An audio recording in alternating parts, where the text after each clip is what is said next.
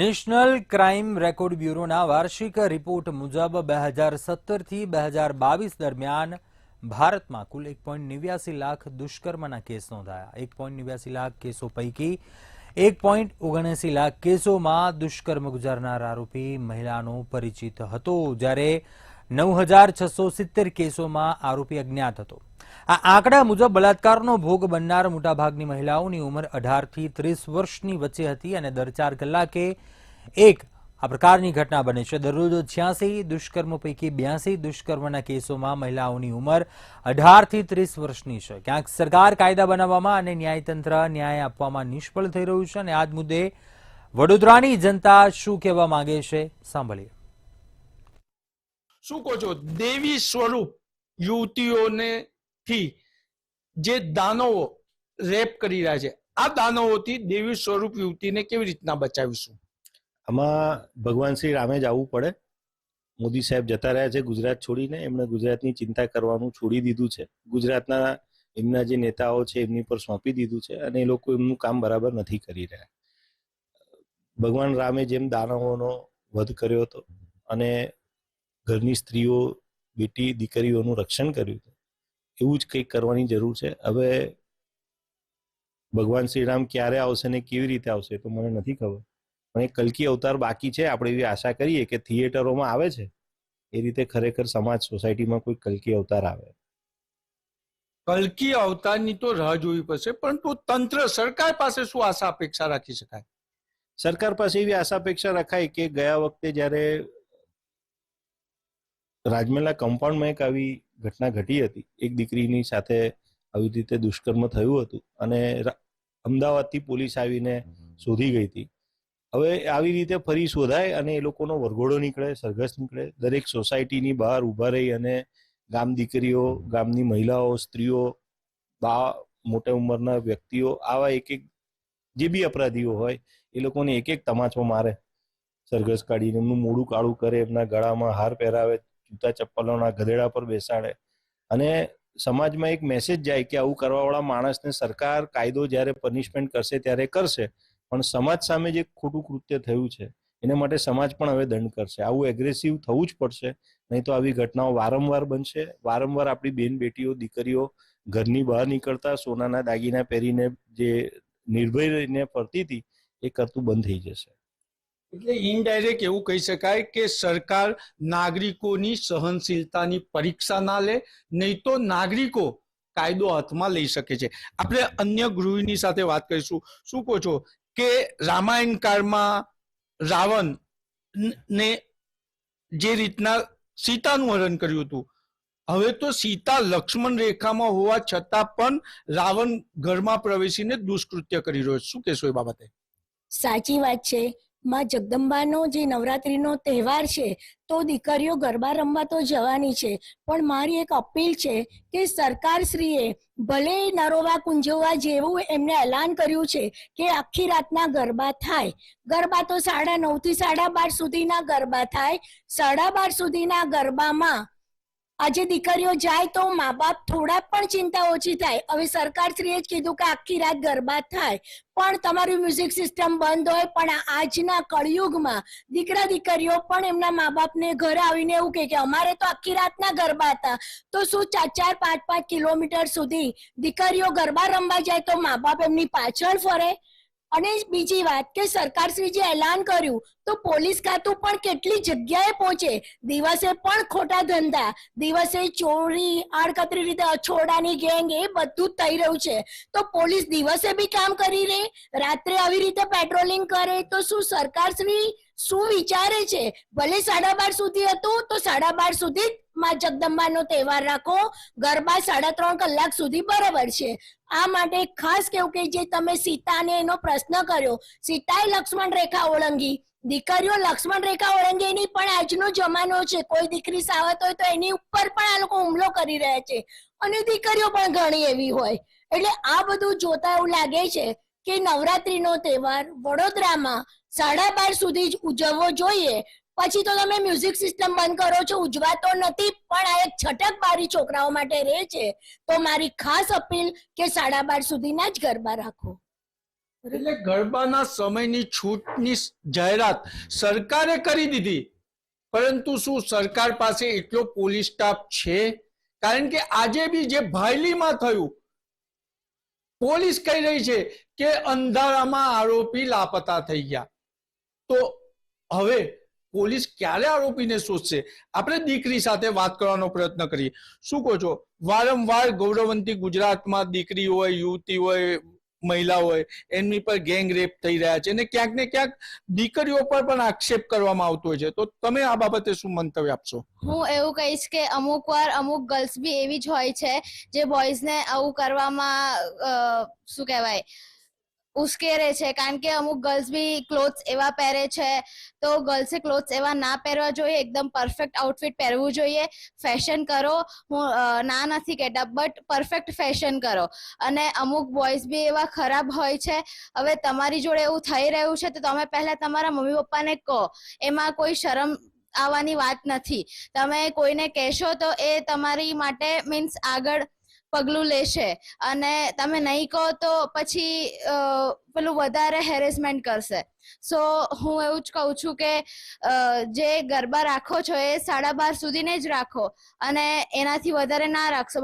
પછી લેટ આવવાનું થાય તો ગર્લ્સને બી બીક લાગે છે ઘરે આવતા, અને ગર્લ્સને તો બીક લાગે જ છે, જોડે જોડે મમ્મી પપ્પા, પેરેન્ટ્સ ને બધા ઘરવાળા હેરાન થાય છે. કારણ કે પોતાની દીકરીઓ ઘરે આવતી નથી ત્યાં સુધી મમ્મી પપ્પા બી સૂતા નથી, અને એ લોકો બી ટેન્શનમાં હોય છે કે મારી દીકરી ક્યારે આવશે.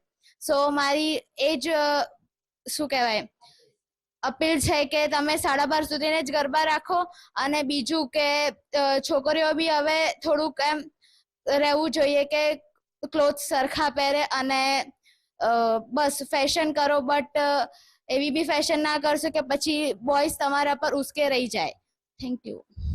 એટલે સરસ યુવતીના વિચારો છે કે કોઈ તમને પ્રેમથી જુએ, વાસનાથી જુએ, એવા શ્રૃંગાર પણ ના રચો, તેવું કેવું છે. ત્યારે આપણે અન્ય ગૃહિણી સાથે વાત કરીશું. શું કહો છો? દિવસે દિવસે ગૌરવવંતી ગુજરાતમાં રેપ, ગેંગ રેપ, સગીરા, 6 મહિનાની બાળકી પર પણ રેપ થઈ રહ્યા છે. શું કહેશો? આ સમાજને શું કહેવા માંગશો? આ બહુ ખોટું થઈ રહ્યું છે, અને આ બધું પણ છે ને મોબાઈલ હિસાબે એ બધું એના હિસાબે જ આ બધું વધારે ચાલુ રહ્યું છે. તો આ બધું ના થવું જોઈએ, અને જે કહે છે બરાબર છે કે 12:30 વાગ્યા સુધી જ હોવું જોઈએ. કારણ કે 12:30 પછીનો ટાઈમ પણ છોકરીઓ ઘરે ના આવે ત્યાં સુધી મા બાપને ચિંતા હોય છે. જ્યાં સુધી ઘરે આવે ત્યારે જ મા બાપને શાંતિ થાય છે કે ના, છોકરી મારી આવી ગઈ છે. એટલે મા બાપને ચિંતા થાય છે. ત્યારે એક બાપને પૂછીશું કે દીકરીને ગરબે રમવા મોકલી હોય ને આવા સમાચાર સંભળાય, એક બાપની વેદનાને શું થતું હશે? આપણે બાપની વેદના પણ જાણીએ. શું કહો છો? દીકરી ગરબા રમવા ગઈ હોય ને આવો રેપ થાય, તમે આ સમાજ કે તંત્રને શું કહેશો? ખૂબ સાચી વાત છે આપની. અને આવી ઘટના પહેલા પણ આપણે અહીંયા આગળ વડોદરામાં જ થયેલી છે, પણ એ પછી પણ સરકારશ્રી તરફથી કોઈક એવા પગલા કે કોઈક એવા કાયદા બનાવ્યા નથી, અને બનાવ્યા હોય તો તેનું પાલન થતું પણ જોવાતું નથી. આજે છોકરી દીકરી આપણી ગરબે ગમવા જતી હોય ત્યારે જ્યાં સુધી ઘરે ના આવે ને ત્યાંથી બાપ ને માને ઊંઘ નથી આવતી. કારણ શું છે? કારણ કે હવે દીકરીઓ પોતાના ફ્રેન્ડ સર્કલમાં ગરબા ગાતી થઈ, મા બાપ જોડે નથી ગાતા ગરબા. શેરી ગરબાનું કલ્ચર ક્યાંક ને ક્યાંક સમાપ્ત થઈ રહ્યું છે. સોસાયટીઓમાં ગરબાનું આયોજન બંધ થઈ રહ્યું છે, અને જ્યાં ત્યાં થાય છે ત્યાં પણ લોકો પાર્ટિસિપેટ કરવા તૈયાર નથી. તો પહેલા તો સરકારનું જે છે કે આવી ઘટના 2019માં પણ થઈ હતી, પણ એમાં કોઈ નક્કર પુરાવા કે નક્કર પગલાઓ સરકાર તરફથી ભરાયા નથી, અને એના પછીના કોઈ એવા કાયદા પણ લાવવામાં આવ્યા નથી કે જેથી કરીને કોઈ આવો ગુનો અપરાધ કરતા ગભરાય. તો આ જો જ્યાં સુધી કાયદા વ્યવસ્થિત નહીં આવે ત્યાં સુધી લોકો છૂટથી આવા ગુના કરવા માટે છૂટા ફરવાના છે, છૂટો દોર મળે છે, અને દરેક મા બાપ ચિંતિત રહેવાના છે. અને બીજું એક મારું બધાને જ કહેવું છે કે આપણે આપણી દીકરીઓને તો સંસ્કાર આપીએ, પણ આપણા દીકરાઓને પણ આ વિશે વધારે આપણી સંસ્કૃતિ વિશે આપણે એમને ગાઈડ કરીએ. એમનું લાલન પાલન પોષણ એવી રીતના થાય કે એ બહેનોનું અને મહિલાઓનું સન્માન કરતો થાય, તો આ દૂષણને ક્યાંક ને ક્યાંક આપણે અટકાવી શકીશું. એટલે દૂષણને અટકાવવા માટે સમાજે પણ સુધરવું પડશે. ત્યારે હું મારું મંતવ્ય પણ આપીશ કે ભારતે પોતાની સંસ્કૃતિ છોડીને પશ્ચિમની સંસ્કૃતિ અપનાવી લીધી છે. એપલ મોબાઈલ આપી દીધા છે, તમે ટીવી આવી ગયું ઘરે, નેટફ્લિક્સ આવી ગયું. એટલે જે તેમાં પશ્ચિમની સંસ્કૃતિના દર્શન ટીવી અને મોબાઈલમાં થઈ રહ્યા છે, તો આપણે સમાજે પણ હવે મા બાપની જગ્યાએ હવે બાળકો સાથે મિત્ર બનીને રહેવું પડશે, કે જે એની સાથે ઘટ્યું હોય તો એ મિત્ર ભાવે આપણને કહી શકે. આપણો જમાનો અલગ હતો ભારતીય સંસ્કૃતિમાંથી. હવે જે રીતના સાધુ સંતો પણ કહી રહ્યા છે કે નવરાત્રી નહીં લવરાત્રી છે, ખરેખર ભારતીય સંસ્કૃતિ માટે પણ આ ખૂબ ગંભીર વિષય છે. અને સરકારે જો ભારતીય સંસ્કૃતિને બચાવવાની વાત કરતી હોય, સરકાર સનાતન હિન્દુ ધર્મની વાત કરતી હોય, તો સરકારે હવે દરમિયાનગીરી કરવી પડશે. સાધુ સંતો લંપટો સામે એમને PIL નહીં પરંતુ સીધા કેસ કરવા પડશે, અને આવા સાધુ સંતોને હિન્દુ સંસ્કૃતિ વિરુદ્ધ બોલનારો સામે જેલ ભેગા કરવા પડશે. ત્યારે જ આપણી હિન્દુ સંસ્કૃતિ અને સનાતન હિન્દુ ધર્મનું રક્ષણ થશે, અને જે દાનવો છે, જે ગેંગરેપ કરી રહ્યા છે, તેની સામે એક અસરકારક પગલાં ભરી શકીશું. ગૃહ રાજ્યમંત્રી નું સુરતમાં જ ક્રાઇમ કેપિટલ બની ચૂક્યું છે. ગૃહમંત્રી લલકાર કરે છે, પરંતુ દાનવોને છૂટો દોર છે. એટલે હવે લલકાર નહીં પરંતુ સરકારના કડક પગલાની રાહ ગૌરવવંતી ગુજરાતીઓ જોઈ રહ્યા છે. કેમેરામેન કેતન સિંધે સાથે નિલેશ બ્રહ્મભટ્ટ, મંતવ્ય ન્યૂઝ, વડોદરા. તો આજ મુદ્દે કચ્છની જનતા શું કહી રહી છે, આવો સાંભળીએ. કહી શકાય કે જે દેવી સ્વરૂપ બાળાઓ છે તે આવા દુષ્કર્મી દાનવોથી કોણ બચાવશે? આ સમગ્ર મુદ્દે આપણે વાત કરશું. કચ્છના એના સ્થાનિક લોકો છે કે જે રીતના ગુજરાતમાં અવારનવાર જે દુષ્કર્મના બનાવો થાય છે અને પોલીસ તંત્ર દ્વારા કહી શકાય કે જે નક્કર કાર્યવાહી થવી જોઈએ, જે થતી નથી. એ બાબતે આપણી સાથે સ્થાનિકો છે તેમને વાત કરશું. બેન, આપને પૂછવા માંગીશ કે આ દુષ્કર્મના બનાવ બને છે, ખાસ કરીને પહેલા નોરતે પણ આવો જ બનાવ બન્યો છે વડોદરાના ભાયલીમાં, તો એની ઉપરાંત કે આ ભુજ તાલુકામાં પણ એક મિર્જાપર મધ્યે આવો એક બનાવ બન્યો છે. આવા બનાવ બને છે પણ પોલીસ તંત્ર ક્યાંક ને ક્યાંક જેમની કામગીરી ઉપર સવાલ ઉભા થાય છે. શું કહેશો આ બાબતે? સૌથી પહેલા તો એવું કહેવાનું થાય કે ગુજરાતની દીકરીઓ સુરક્ષિત નથી. જ્યારે આપણે નવરાત્રીના 9 દિવસ દેવી સ્વરૂપા મહિલાઓની આપણે મહિલા શક્તિની આપણે આરાધના કરતા હોઈએ, એવા પર્વના દિવસે જ્યારે નોરતા રમવા જતી સગીરા ઉપર દુષ્કર્મ થાય છે, સામૂહિક દુષ્કર્મ થાય છે, અને આપણે માત્ર ને માત્ર કાગળો ઉપર મોટી મોટી વાતો, ફાંકા ફોજદારીઓ કરતી આ સરકાર આપણે જોઈએ છે, વાંચીએ છીએ, ત્યારે આપણે વિચાર પણ આવે છે કે આવા બનાવો છાશવારે ગુજરાતમાં બની રહ્યા છે. આવા બનાવો ચાહે દાહોદમાં દીકરી ઉપર દુષ્કર્મની ઘટના હોય, ચાહે ધાંગધ્રામાં હોય, ચાહે મહેસાણામાં હોય, અને હમણાં છેલ્લે કચ્છમાં હોય કે કચ્છની 11 વર્ષની એક બાળા ઉપર દુષ્કર્મ થાય છે, અને એમનો પરિવાર છે એ FIR લખાવવા માટે ધક્કા ખાય છે. એમનો સમાજ છે એમને પ્રેશર બનાવવું પડે છે. તો વિચારવાની વાત એવી છે કે આપણું તંત્ર અને આપણી સરકાર કેમ મહિલાઓ માટે એટલી પાવરફુલ નથી, એટલી સજાગ નથી કે જ્યારે પણ આવી કોઈ FIR લઈને કોઈ આવે છે ત્યારે એમને કેમ સાથ, સમર્થન અને સપોર્ટ નથી મળતું. એટલે આ કહેવાની વાત તો છે કે મહિલા સુરક્ષિત છે ગુજરાતમાં. આપણા માનનીય ગૃહમંત્રી શ્રી મોટી 8 પાસ આપણા ગૃહમંત્રી શ્રી મોટી ફાંકા ફોજદારી કરે છે અને કહે છે કે હું મહિલાઓને સુરક્ષિત ગુજરાત આપીશ. કયો સુરક્ષિત ગુજરાતની વાત કરે છે કે જ્યારે જે જગ્યાએ આપણા ગૃહમંત્રી શ્રી પોતે રહે છે એવા સુરતમાં છેલ્લા આંકડા મુજબ 1 મહિનાના 24 દુષ્કર્મ થાય છે, અને એ જ ગુજરાતમાં 2022 અને 23માં રોજના 18 જેટલા દુષ્કર્મ થતા હોય, અને આપણે એમ કહેતા હોઈએ કે આપણે મહિલા શક્તિની આરાધના કરીએ છીએ, આ દેવી સ્વરૂપે મહિલાઓને આપણે સુરક્ષિત ગુજરાત આપીએ છીએ. આ તો સરાસર ફાંકા ફોજદારીની વાત છે. જ્યારે અન્ય રાજ્યોમાં અન્ય સરકારો છે હવે આગળ આવી રહી છે, અને એ વાતને ખૂબ ગંભીરતાથી કે 10 દિવસમાં સજા ફટકારવામાં આવે, તો શા માટે ગુજરાતમાં એવા કોઈ કાયદાઓ, એટલા સખત કાયદાઓ બનાવવામાં નથી આવતા? શા માટે ગુજરાતની મહિલાઓને માત્ર ને માત્ર ફાંકા ફોજદારી ઉપર જીવવું પડે છે? ને હવે તો હું ગુજરાતની બહેનોને પણ કહીશ કે આ સરકાર નમાલી સરકાર છે. આ સરકાર માત્ર ફાંકા ફોજદારી કરવાવાળી સરકાર છે. તમે નવરાત્રી રમવા જાઓ છો તો તમે પોતે પોતાની સુરક્ષા નિશ્ચિત કરીને જાઓ, કેમ કે જ્યારે તમે નવરાત્રી રમવા જાઓ છો તો મહિલા શક્તિની આરાધના તો માત્ર ને માત્ર સપનાની વાત છે, માત્ર ને માત્ર શબ્દોમાં કહેવાની વાત છે, પરંતુ ખરેખર તો તમે સુરક્ષિત નથી. આ ગુજરાતના 8 પાસ ગૃહમંત્રી માત્ર ને માત્ર ફાંકા ફોજદારી કરી અને મહિલાઓને ખાલી મોટી વાતો કરે છે. બાકી દીકરી ઉપર જો આ ઘટના વડોદરાની ભાયલીમાં એક સગીરા ઉપર નવરાત્રી રમવા જતા દુષ્કર્મ થયું હોય તો આપણે ખૂબ શરમની વાત છે, આપણે ડૂબી મરવા જેવી વાત છે. ખાસ કરીને આપને પૂછવા માંગીશ કે જે રીતના ગૃહમંત્રીએ નવરાત્રી પૂર્વે જાહેર કર્યું હતું કે બેન દીકરીઓ છે તે નિશ્ચિતપણે ગરબા રમવા જઈ શકશે, પૂરી સુરક્ષા હશે, પણ હાલ કહી શકાય કે જે ગઈકાલે સુરતમાં જે વડોદરાની ઘટના બની છે એ મુદ્દે ગૃહમંત્રી ભાવુક થઈ ગયા હતા. તો શું છે એમના ઉપર પણ સવાલ ઊભા થઈ રહ્યા છે, શું કહેશો? પહેલા તો સમગ્ર ગુજરાતની અંદર જે ઘટના બની તેનાથી શર્મસાર છું અને પરિવાર સાથે મારી સંવેદનાઓ પણ છે.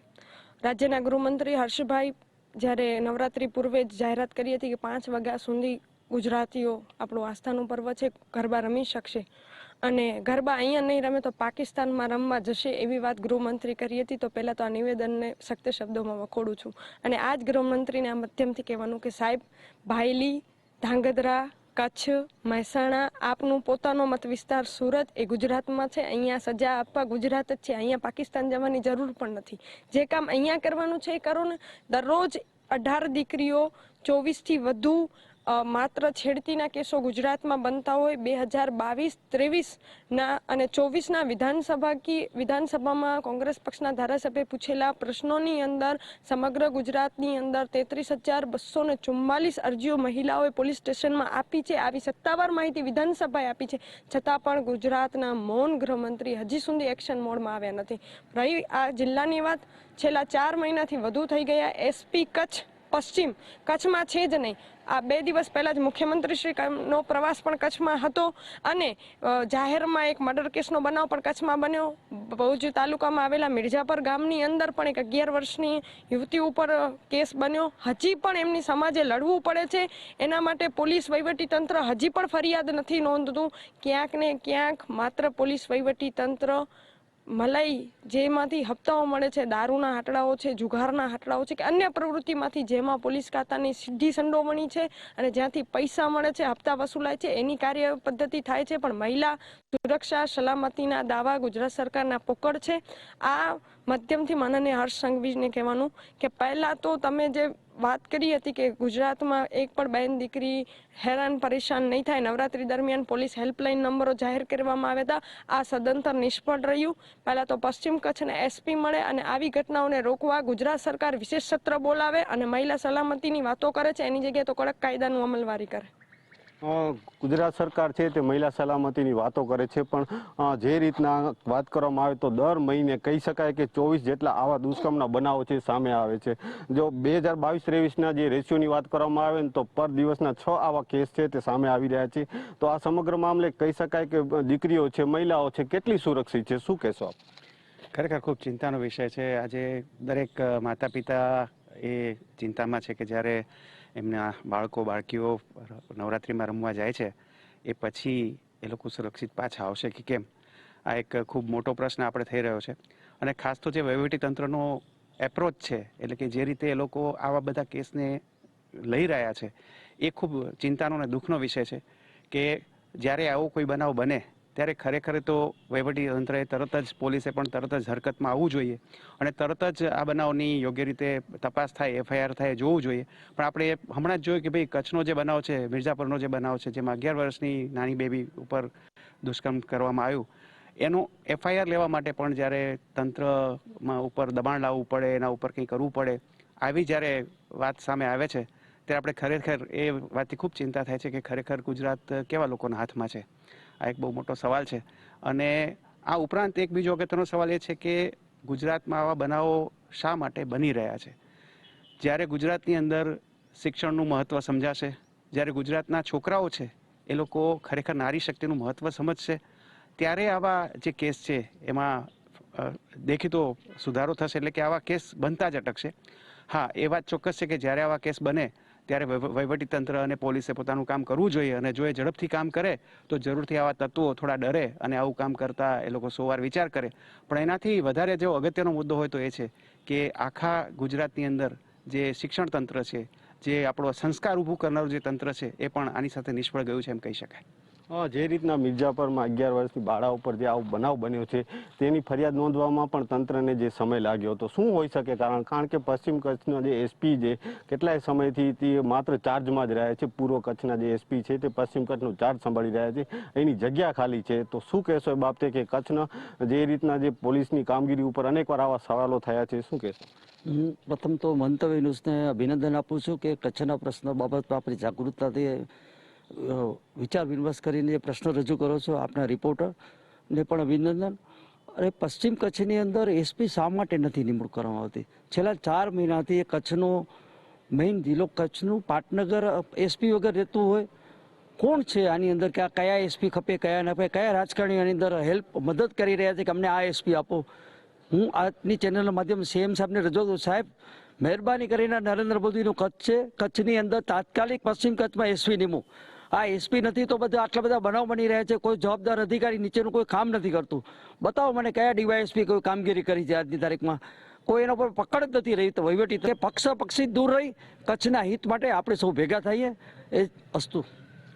જે રીતના વાત કરવામાં આવે કે જે સુરત, દાહોદ, મહેસાણા અને હાલ કચ્છ બાદ જે રીતના વડોદરાના ભાયલીમાં જે આ દુષ્કર્મનો બનાવ બન્યો છે, જેના કારણે કહી શકાય કે જે કચ્છની પણ સમગ્ર ગુજરાતમાં જે લોકો છે તેમના આવા જે દાનવો જે આવી બનાવોને અંજામ આપી રહ્યા છે તેમના ઉપર ફિટકાર વરસી રહ્યો છે. મહેન્દ્ર મારું, મંતવ્ય ન્યૂઝ, ભુજ.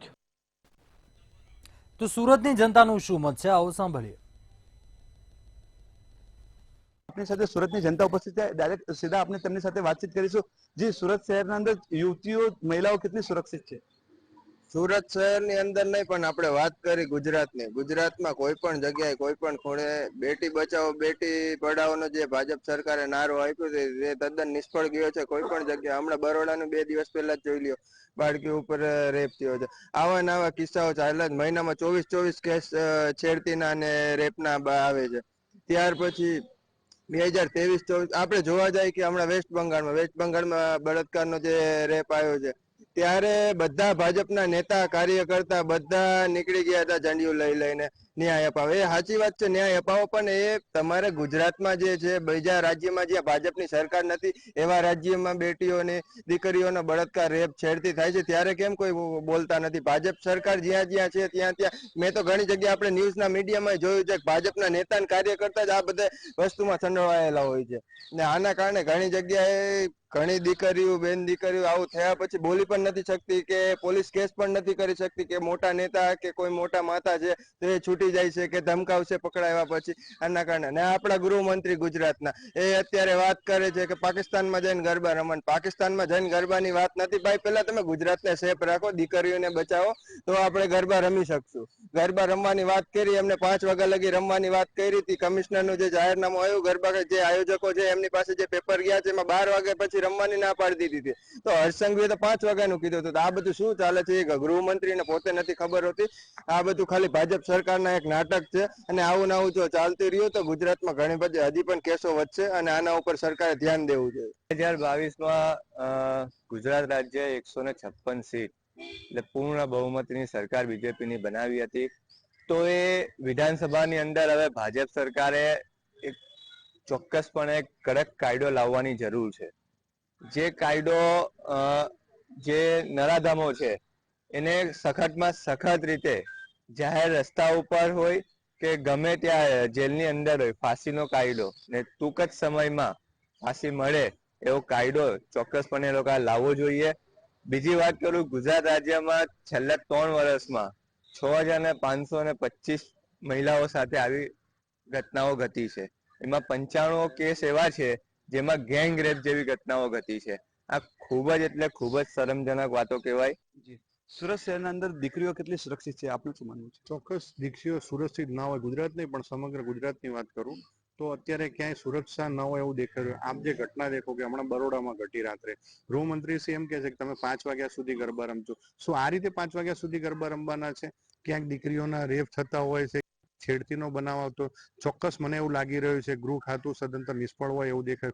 જો આપ એક બંગાળની ઘટના માટે થઈ અને આટલો બધો વિરોધ જો ગુજરાતમાં કરી શકતા હોય તો અહીંયા તો તમારી સરકાર છે, તમે કેમ એક્શન નહીં લેતા? આમાં આવેદન નિવેદનની કોઈ વાત નથી, તમારે ખરેખર એક્શન લેવી જોઈએ. મને એવું દેખાઈ રહ્યું છે, કેમ કે મને એવું ક્યાંય સુરક્ષાનું મહેસૂસ ન થતું એવું લાગી રહ્યું છે અત્યારે. જી આપનું શું માનવું છે? બેટી બચાવો બેટી પઢાઓ નારો ભારતીય જનતા પાર્ટી આપ્યો હતો, પરંતુ આજે બેટી સુરક્ષિત નથી અને માતાઓ સુરક્ષિત નથી. જ્યારે નવરાત્રીનો પર્વ ચાલી રહ્યો છે ત્યારે ગત રોજ વડોદરામાં પણ બનાવ બન્યો અને ગઈકાલે બારડોલી માંડવી ખાતે પણ બનાવ બન્યો કે એક નંપત શિક્ષકે પ્રિન્સિપાલે 4 બાળકીઓ સાથે અલગ અલગ રીતના એને છેડતી હેરાન પરેશાન કરી. તો ગૃહમંત્રીએ જાગવાની જરૂર છે અને મૃદુ અને મક્કમ મુખ્યમંત્રીની વાત કરીએ છીએ તો એમને જરાક તટસ્થ ટાઈટ થવાની જરૂર છે મુખ્યમંત્રીને. અને જે બહારના લોકો લોટ ખાઈને ઘરના લોકો ઘંટી ચાટે એવી હાલત ગુજરાતની અત્યારે જોવા મળી રહી છે. કારણ કે પશ્ચિમ બંગાળમાં જ્યારે બનાવ બને ત્યારે મૃદુ અને મક્કમ મુખ્યમંત્રી બેનર લઈને ત્યાં બેસી જાય છે, પરંતુ પોતાના રાજ્યમાં પોતે મુખ્યપ્રધાન છે અને પોતાના રાજ્યમાં ત્યારે મોં પર આંગળી રાખીને 3 વાંદરાની જેમ બેઠા છે. એટલે મને ગુજરાતના નાગરિક તરીકે મને એક દુઃખ થાય છે કે આવા વ્યક્તિને અમે ચૂંટીને બેસાયેલા છીએ. અને ગૃહમંત્રી પણ એવું કહે છે કે એક પણ ચરમબંધીને છોડવામાં નહીં આવે. તો ક્યારે પકડો તો ખરા પહેલા, અને પકડીને તમે એવો કાયદો લાવો કે જે વિદેશમાં હાલ ચાલે છે. કોઈ પણ વ્યક્તિ વિદેશમાં ચોરી કરે તેને હાથ કાપી નાખે, આવો રેપ કરે તેને ફાંસી પર લટકાવી દે. તો ગુજરાતમાં અમારી 2 હાથ જોડીને વિનંતી છે આપના માધ્યમથી કે એવો કાયદો લાવો કે તાત્કાલિક અમલવારી થાય, એને સજા પુરવાર થાય, તાત્કાલિક 4 રસ્તા પર એને લટકાવી દો, એને ફાંસી આપો. અને આપના માધ્યમથી કહેવા માંગુ છું કે જ્યારે પણ ગુજરાતમાં કોઈ પણ બેન દીકરી અમારા જેવા લોકોની જરૂર પડે તો અમે કેસરિયા કરવા માટે તૈયાર છીએ અને ક્ષત્રિય ધર્મ નિભાવવા માટે પણ તૈયાર છીએ. જે હાલ સુરત શહેરના અંદર જે વિદ્યાર્થીઓ છે તે સ્કૂલ શાળા કોલેજમાં સુરક્ષિત કેટલા છે? એ અત્યારે પ્રિન્સિપલો પોતે જ બાળકીઓને શીખવાડવાનું હોય કઈ રીતના જીવન જીવવું, કઈ રીતના નહીં જીવવું. પરંતુ અત્યારે સૌથી વધારે સવારે ઉઠીને પેપર ખોલે તો 6 હેડલાઇન્સ હોય કે આજે આ શિક્ષકે આમ કર્યું, આજે આ નેતાએ આમ કર્યું. એટલે આપણે જ્યાંથી બાળકને કક્કો શીખવાય ત્યાં કક્કો શીખવનાર જ ગુરુ પોતે આવા રેપિસ્ટો હોય કે આવા એ નીકળે છે. એટલે આપણે આખી સિસ્ટમ બદલવાની જરૂર છે અને આવા લોકોને 1-2 ઉદાહરણ એવા પૂરા પાડવાની જરૂર છે જેથી કરીને ઉદાહરણ યોગ્ય થાય અને પુરવાર થાય કે આવું કરશું તો આ સજા આપણને મળે છે, જેથી કરીને બીજા લોકો પણ આવું કરતા હશે 100 વાર વિચાર કરશે. જે આપે જોયું તેમ જે સુરતની જનતા છે તેમાં ઘણો આક્રોશ જોવા મળી રહ્યો છે. બેટી બચાવો બેટી પઢાઓના નારાઓ તો થઈ ગયા છે, પરંતુ હાલ જે સુરત શહેરના અંદર છેલ્લા થોડા દિવસ પહેલાથી એક રિક્ષા ચાલકે પોતાની રિક્ષામાં સવાર વિદ્યાર્થીનીની છેડતી કરી હતી. ત્યારબાદ દાહોદમાં, માંડવીમાં, વડોદરામાં, રાજકોટમાં બધી જગ્યાએ આવી જ પરિસ્થિતિ હાલ જોવા મળી રહી છે. લલિત શાહ, મંતવ્ય ન્યૂઝ, સુરત. તો આજે મારો અવાજમાં બસ આટલું. કાલે મળીશું નવા એક વિષયની સાથે. આપ જોતા રહો મંતવ્ય ન્યૂઝ. નમસ્કાર.